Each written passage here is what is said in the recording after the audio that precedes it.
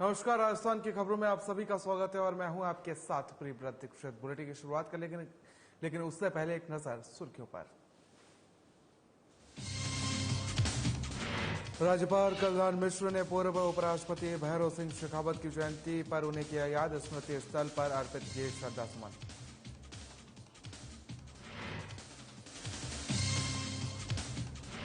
प्रजापिता ब्रह्म कुमारी ईश्वरीय विश्वविद्यालय में मनाया गया दीपोत्सव। कार्यक्रम में बताया गया दीपों के प्रकाश का महत्व।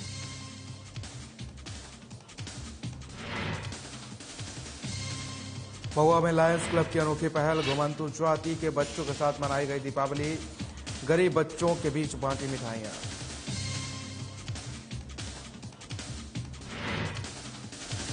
जयपुर के एसएमएस अस्पताल को मिली बड़ी सौगात, अस्पताल में विभिन्न सेवाओं का शुभारंभ। सीएम ने एसएमएस अस्पताल पहुंचकर किया शुभारंभ।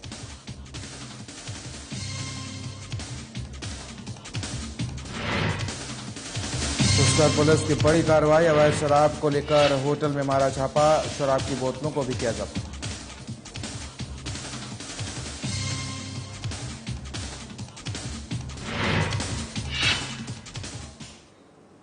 चलिए खबरों में आगे बढ़ेंगे। राज्यपाल कलराज मिश्र ने पूर्व उपराष्ट्रपति भैरव सिंह शेखावत की जयंती पर रविवार को विद्याधर नगर स्थित उनके स्मृति स्थल जाकर उन्हें श्रद्धासुमन अर्पित किए हैं और इस मौके पर राज्यपाल मिश्र ने शेखावत को स्मरण करते हुए उन्हें शुचिता की राजनीति का पर्याय बताया है। वहीं उन्होंने कहा कि अंत्योदय योजना के जरिए शेखावत ने अंतिम पंक्ति के लोगों तक विकास योजनाओं को व्यवहार में क्रियान्वित किया है। वहीं राज्यपाल मिश्र ने उनकी स्मृति में आयोजित प्रार्थना सभा में भाग लिया और उनसे अपने निकट के संबंधों को स्मरण करते हुए श्रद्धांजलि अर्पित की है।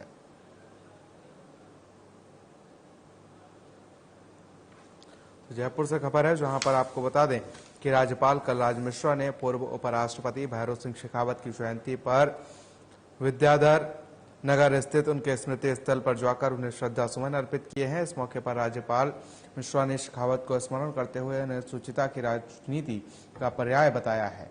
वहीं उन्होंने कहा कि अंत्योदय योजना के जरिए शेखावत ने अंतिम पंक्ति के लोगों तक विकास की योजनाओं को व्यवहार में क्रियान्वित किया है।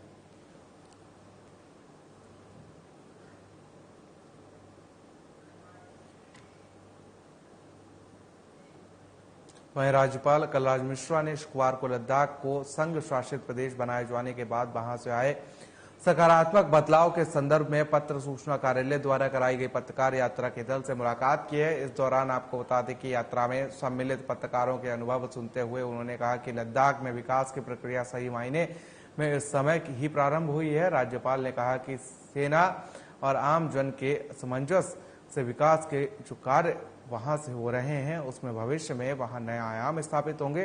उन्होंने कहा कि 3 वर्षों में लद्दाख में कृषि, पर्यटन और अन्य विभिन्न क्षेत्रों के हुए विकास को मीडिया के जरिए अधिकाधिक पहुंचाया जाना चाहिए। उन्होंने इस संबंध में पत्र सूचना कार्यालय जयपुर द्वारा कराई गई पत्रकार यात्रा को महत्वपूर्ण बताया है। उन्होंने कहा कि लद्दाख के यह पत्रकार अनुभव जब प्रकाशित और प्रसारित होंगे तो भारत के दूसरे हिस्सों से भी सकारात्मक संदेश जाएगा। और यात्रा में सम्मिलित पत्रकार दल ने अपना अनुभव सुनाते हुए बताया कि संघ शासित प्रदेश बनने के बाद लद्दाख में तेजी से बदलाव आ रहा है। वहां सड़क, बिजली और इंटरनेट की सुविधाओं का विस्तार हुआ है। लद्दाख के लोगों में देश प्रेम है। एक पत्रकार ने वहां कृषि में हुए बदलाव की चर्चा करते हुए बताया कि कारगिल में 15 मीट्रिक टन सेब का उत्पादन हुआ है।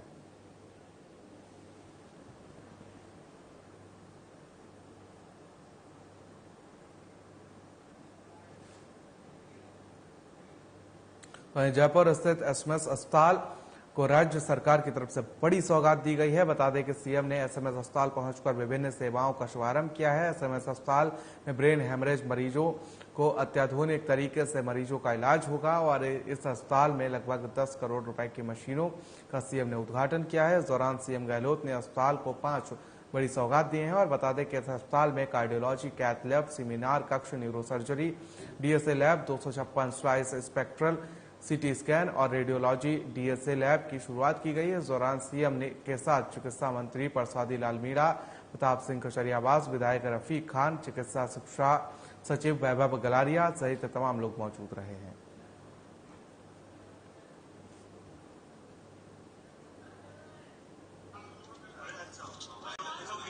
तो वहीं आपको बता दें कि इस दौरान जयपुर से खबर है जहां पर एसएमएस अस्पताल को बड़ी सौगात मिली है और इस दौरान बात की जाए तो यहां पर सीएम ने खुद पहुंचकर अस्पताल को ये बड़ी सौगातें दी हैं। और इसमें आपको बता दें कि एसएमएस अस्पताल में विभिन्न सेवाओं का शुभारंभ हुआ है। एसएमएस अस्पताल में ब्रेन हेमरेज मरीजों को अत्याधुनिक तरीके से मरीजों का इलाज होगा और इस अस्पताल में लगभग 10 करोड़ रुपए की मशीनों का सीएम ने उद्घाटन भी किया है।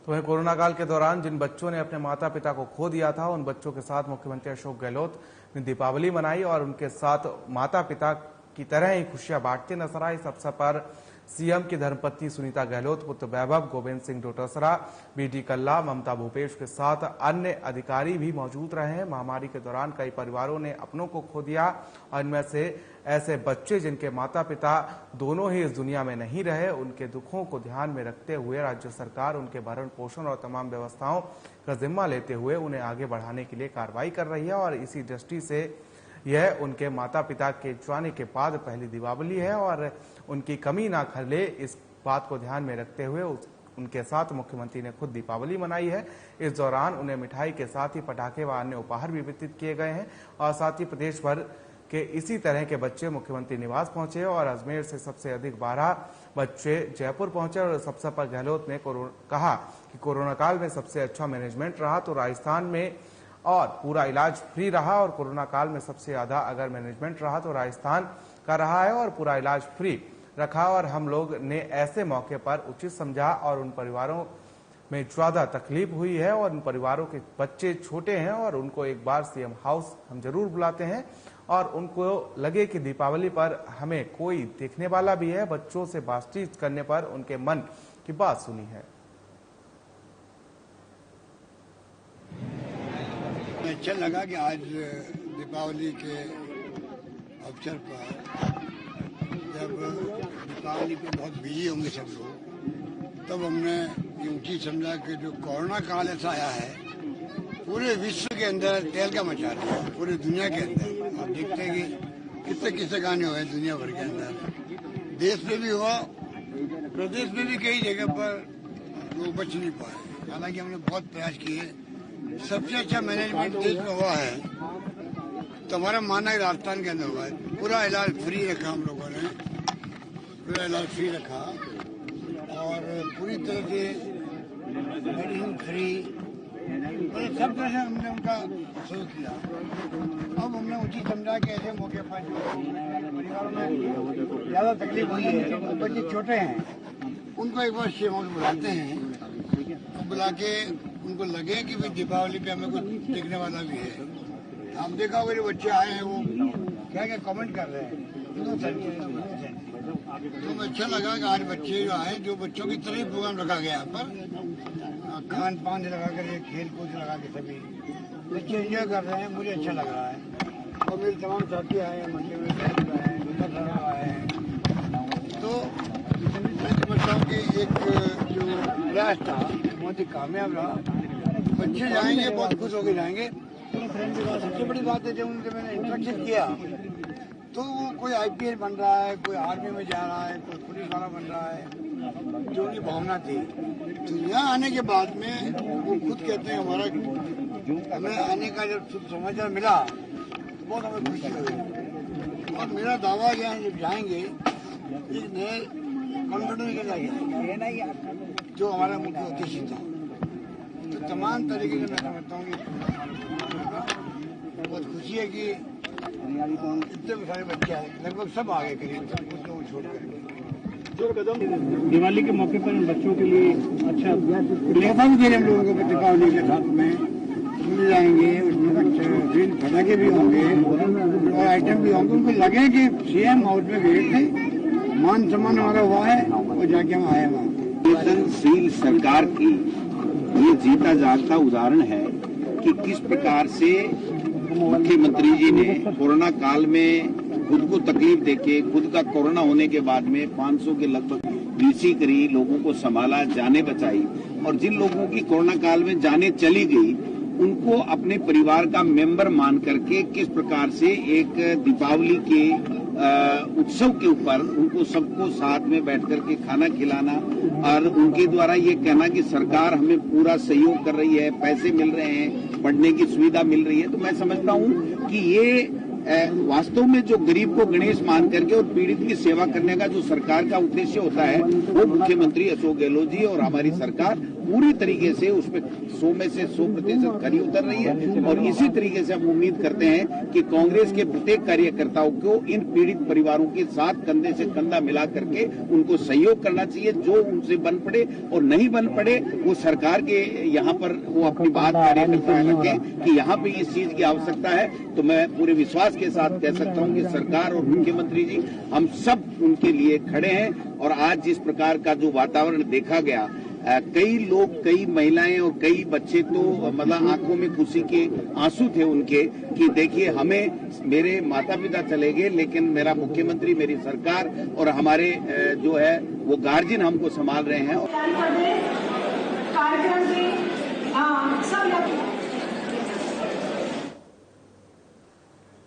तो अलायंस क्लब महवा सिटी के सदस्यों ने आज दीपावली के अवसर पर महवा शहर में रह रहे गाड़िया, लुहार, साठिया, घुमंतु जाति के बच्चों के साथ दीपावली मनाने का कार्यक्रम आयोजन किया है। और वहीं इस कार्यक्रम के दौरान लगभग 50 बच्चे जो पहले शिक्षा से वंचित रहते हुए कूड़ा करकट इकट्ठा करने के साथ भीख मांगने का कार्य करते थे, ऐसे बच्चों को शिक्षा से जोड़ने के साथ समाज की मुख्यधारा से जोड़ने का कार्य किया जा रहा था। वर्तमान में शंखनाथ फाउंडेशन के तत्वाधान में गौरी शंकर शर्मा अध्यापक द्वारा उन्हें 1 घंटे ट्यूशन पढ़ाया जा रहा था। तो ऐसे बच्चों को अलग अलग विद्यालय में शिक्षा से जोड़ा गया है और उनको अलग से उनकी बस्ती में भी शिक्षा दी जा रही है। उनको दीपावली के मौके पर शिक्षा सामग्री, मिठाई भेंट कर शिक्षा के प्रति प्रोत्साहित किया गया।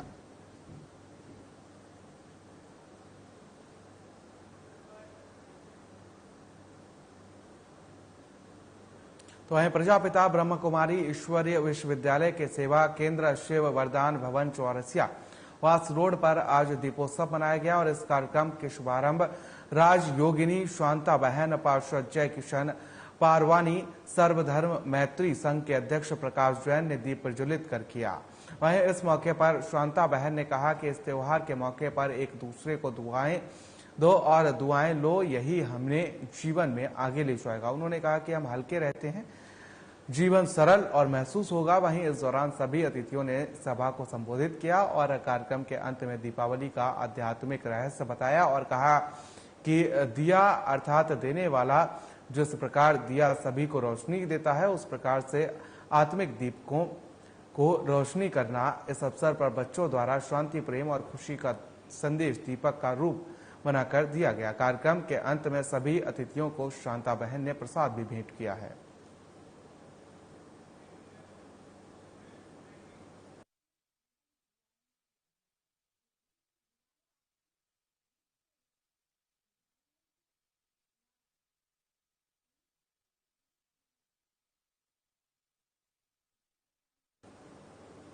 तो कोटा ग्रामीण पुलिस की बड़ी कार्रवाई यहां पर देखने को मिली है। बड़ी खबर सामने आई जहां पर आपको बता दें कि कोटा ग्रामीण पुलिस थाना खतौली की दीपावली के मौके पर धमाकेदार कार्रवाई देखने को मिली है। 9 जुआरियों को 52 ताश के पत्ते के साथ आपको बता दें कि गिरफ्तार किया गया है और दांव लगाते हुए पकड़ा गया है। 15,140 रुपए नकदी के साथ गिरफ्तार किया गया है। 9 जुआरियों को ताश के पत्तों के साथ गिरफ्तार किया गया है और 15,140 रुपए नकदी के साथ उन्हें गिरफ्तार किया गया। बड़ी खबर इस वक्त की कोटा ग्रामीण पुलिस ने बड़ी कार्रवाई की है और कार्रवाई करते हुए आपको बता दें कि 9 जुआरियों को गिरफ्तार किया गया है जिनके पास से ताश के पत्ते बरामद किए गए हैं और 15,140 रुपए नकदी के साथ बरामद किए गए हैं।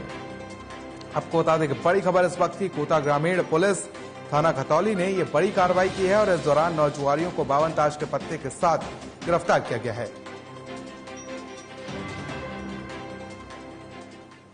तो वहीं ग्राम गनाहेड़ा में थाना अधिकारी रवीश समरिया के नेतृत्व में होटल में अवैध शराब परोसने को लेकर पुष्कर पुलिस ने बड़ी कार्रवाई की है। आपको बता दें कि शराब की बोतलों को भी जब्त किया गया है, साथ ही होटल संचालक को हिरासत में लिया गया है और नशे में लिप्त कुछ मिले विदेशी पर्यटकों को भी खुलासा किया गया है। आपको बता दें कुछ विदेशी भी उस दौरान होटल में मौजूद थे। पुष्कर क्षेत्र में विदेशी सैलानियों की आवक के साथ निजी होटल में नशे के कारोबार लगातार बढ़ता जा रहा है।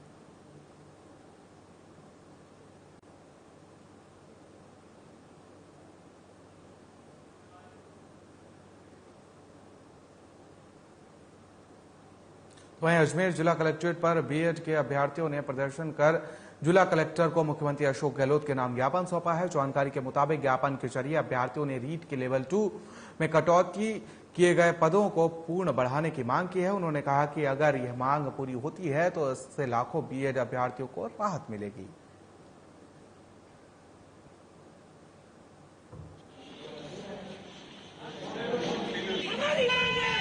सर, अभी जो 3rd ग्रेड की वैकेंसी के संदर्भ में मुख्यमंत्री जी ने जो 4-5 दिन पहले जो ट्वीट किया है, जो 46,000 जो पद पूर्व में घोषित किए गए थे 3rd ग्रेड के, उसके पदों के वर्गीकरण के जो पूर्व घोषित 31,500 पद जो लेवल 2 के रखे थे, उनमें एक बहुत बड़ी मात्रा में कटौती की है। बड़ी संख्या 6,000 पदों की कटौती कर दी गई है, जिससे हमारे में रोष व्याप्त है। पूरे अजमेर जिले के जो बीएडधारी अभ्यर्थी है, जिन्होंने रीट प्री क्लियर कर रखा है, उन्होंने आज मुख्यमंत्री जी के नाम यहाँ कलेक्टर साहब के पास हम पहुंचे हैं। सभी अभ्यर्थी सैकड़ों की तादाद में अभ्यर्थी है जो बाहर रुके हुए हैं। हम कलेक्टर साहब के प्रतिनिधि के तौर में यहाँ आए हैं, उनके प्रतिनिधि के तौर पर। कलेक्टर साहब ने हमें आश्वासन दिया है कि राजस्थान सरकार में मुख्यमंत्री जी तक हमारी बात को पहुंचाएंगे और हमारा जो बड़ी मांग है, एक पूरे जो प्रदेश में 8 लाख अभ्यर्थियों पे जो इफेक्ट कर रहा है, 6 लाख जो किसी भी सूरत में यह सहन करने योग्य बात नहीं है, क्योंकि एक बड़ी संख्या है। 6,000 पदों की कटौती जो पूरे एक बहुत बड़ी संख्या होती है। इसके लिए आज हमने ज्ञापन दिया है। हमें पूरा आश्वासन है मुख्यमंत्री जी पर भी हम विश्वास है कि वो हमारी प्रदेश लेवल की पूरी जो रीट अभ्यर्थियों में जो बीएडधारियों की मांग है उसको पूरा करेंगे। पहले जब रीट में धांधली का हवाला देकर जो परीक्षा रद्द की गई थी और उसके बाद के अंदर जो लेवल 1 वाले थे उनकी भर्ती पहले ही कर ली गई थी, उसके बावजूद हमें यह आश्वासन दिया गया जो हमारे साथी हैं बीएड वाले, उन सब लोगों को कि 31,500 पदों पर आपकी वैकेंसी आएगी। उसको इन्होंने 6,000 पद घटा के और आर्बिट्रेरी तरीके से और अपनी मोनोपोली चलाते हुए इन 6,000 पदों को रद्द करके वापस इनको 21,000 पदों तक सीमित कर दिया और ऐसा 25,000 पदों तक सीमित कर दिया। और इससे इतना बड़ा नुकसान हुआ है। 6,000 पदों की तो एक पूरी वैकेंसी आती है। 4 साल से ये भर्तियां अटकी भी पड़ी है। ये राज्य सरकार चाहती क्या है? कभी आरएएस के भर्ती में धांधली, कभी शिक्षा अध्यापकों की भर्ती में धांधली, कभी कहाँ धांधली, कभी क्या। ये सरकार अपने को आपस में बचाना चाहती है या हमारे जो युवा साथी है उनकी किसी मांग को पूरा करना चाहती है? ये हमसे चाहती क्या है? इस राज्य से चाहती क्या है? ये केवल सीएम बने रहना चाहते हैं या हमारी कोई मांग भी पूरी करना चाहते हैं? या इस राज्य को ये बताए तो सही, कम से कम 4 साल में एक आपसे अध्यापक भर्ती पूरी नहीं हो पा रही। तो वहीं प्रतापगढ़ में अफीम किसानों ने अपनी 4 सूत्रीय मांग को लेकर मिनी सचिवालय पर धरना प्रदर्शन किया है। इस दौरान भारतीय अफीम किसान विकास समिति के बैनर तले कलेक्टर को ज्ञापन सौंपा गया है। भारतीय अफीम किसान विकास समिति के जिला अध्यक्ष मोहन लाल कमावत ने बताया कि बीते 29 सितंबर को भारत सरकार द्वारा अफीम किसानों के लिए नई नीति का ऐलान किया गया था और जिसमें अफीम खेती करने वाले किसानों के लिए 2 भूखंडों में खेती करने की बात कही गई थी, लेकिन प्रतापगढ़ जिला अफीम अधिकारी और अफीम मुखिया द्वारा केवल 1 भूखंड में खेती की बात बताई जा रही।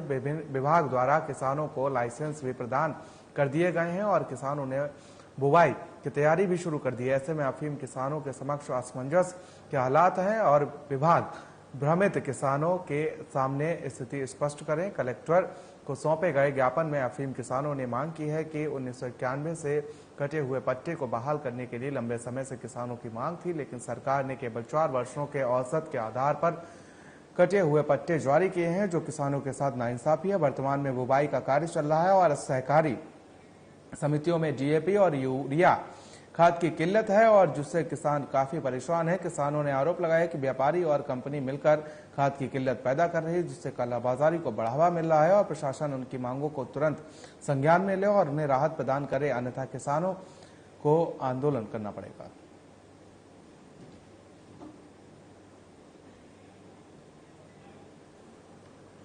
आज भारतीय अफीम किसान विकास समिति प्रतापगढ़ द्वारा जिला कलेक्टर महोदय को ज्ञापन दिया गया, जिसमें बताया गया है कि अफीम की नीति के अंतर्गत 2 भूखंडों में किसानों को अफीम की बुआई का आदेश हैं, परंतु जिला अफीम अधिकारी द्वारा किसानों को एक भूखंड में अफीम करने की आदेश किया जा रहा है, जिससे किसान भ्रमित है, क्योंकि किसानों ने खेत तैयार कर लिए हैं और फसल बुआई का लगभग समय हो चुका है। इसलिए किसानों को स्पष्ट करें सरकार कि 2 प्लाट में बोना है या 1 प्लाट में बोना है। किसानों की मांग है कि भारत सरकार के आदेश अनुसार किसान 2 भागों में बुआई करें। साथ ही भारतीय अफीम किसान विकास समिति ने यूरिया एवं डीएपी की कमी को सहकारी समितियों में नहीं आना और कालाबाजारी कर कंपनियां बाजार में बेच रही है, इसकी व्यवस्था भी तुरंत की जाए, क्योंकि किसानों को अभी इनकी सख्त आवश्यकता है।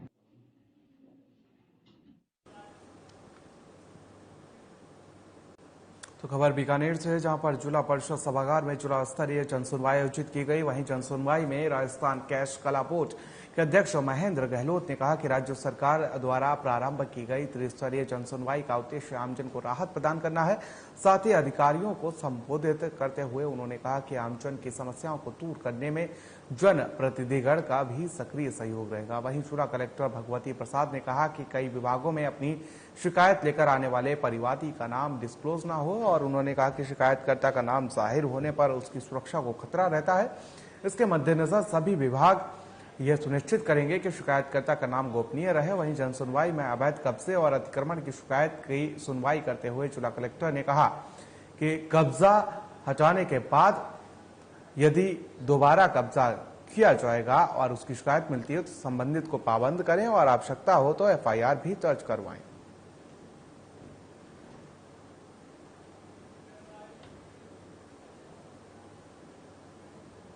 तो वहीं जयपुर में बीजेपी के प्रदेश अध्यक्ष सतीश पूनिया ने कहा कि दीपावली का पर्व उल्लास का पर्व है। हर भारतीय इसे बड़े ही धूमधाम के साथ मनाता है। और इसके साथ ही सतीश पूनिया ने कहा कि मैं प्रदेशवासियों को अपनी पार्टी की तरफ से शुभकामनाएं देता हूं। देश खूब तरक्की करे, साथ ही राजस्थान भी देश की तरक्की में योगदान दे। भारत विश्व का ऐसा देश है जहां धर्म, अध्यात्म, संस्कृति, इतिहास एक सनातन परंपरा के रूप में है, और उसी रूप में दीपावली का त्योहार जो हमें समरसता, सौहार्द और भाईचारे की प्रेरणा देता है, उत्सव और उल्लास का ये त्योहार है, पर्व है। और पूरे भारतवासी, चाहे वो किसी जाति, पंथ और मजहब के हों, इस पर्व के दिन उल्लास और उमंग के साथ इस उत्सव को मनाते हैं। मैं राजस्थान प्रदेशवासियों को भारतीय जनता पार्टी परिवार की ओर से शुभकामनाएं प्रेषित करता हूं, इस कामना के साथ कि भारत तो तरक्की करे ही, लेकिन राजस्थान भी समरस होकर हिंदुस्तान की उस तरक्की में योगदान करे। मैं एक बार फिर से सभी प्रदेशवासियों की सुख, समृद्धि और वैभव की कामना करता हूं।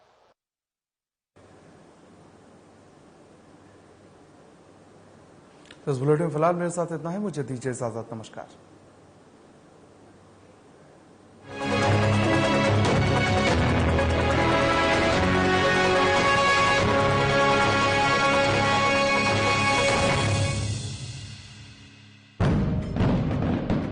सरपंच कैलाश देवी व समाज सेवी गोपाल तिवारी ग्राम पंचायत निम्बाड़ा पंचायत समिति करेड़ा की ओर से सभी देशवासियों और क्षेत्रवासियों को दीपावली, गोवर्धन एवं भाई दूज की ढेरों शुभकामनाएं। कोरोना गाइडलाइन के नियमों का पालन करें, साथ ही स्वस्थ भारत मिशन के तहत गली मोहल्ले को स्वच्छ बनाए रखें।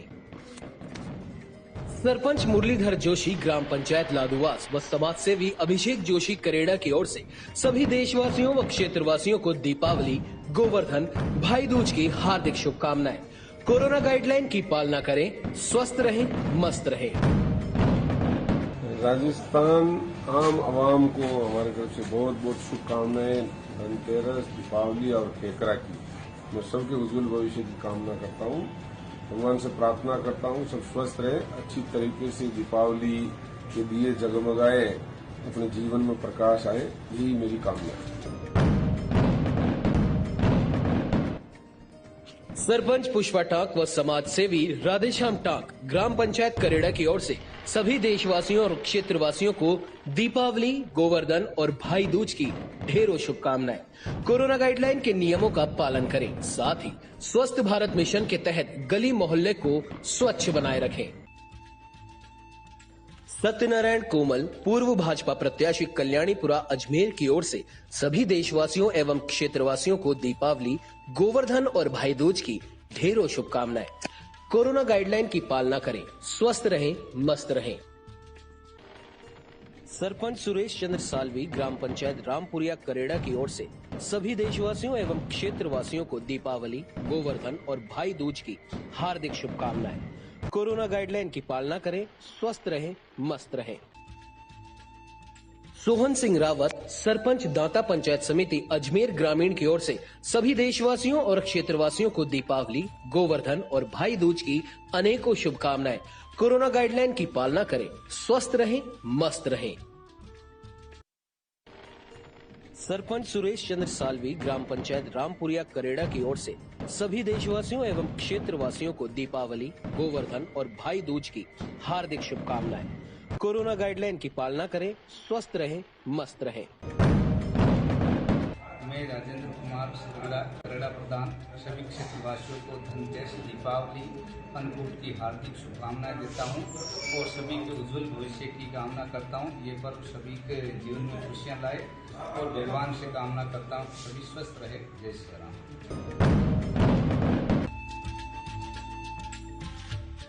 सरपंच कमला देवी लुहार ग्राम पंचायत बेमाली करेड़ा की ओर से सभी देशवासियों और क्षेत्रवासियों को दीपावली, गोवर्धन एवं भाई दूज की ढेरों शुभकामनाएं। कोरोना गाइडलाइन के नियमों का पालन करें।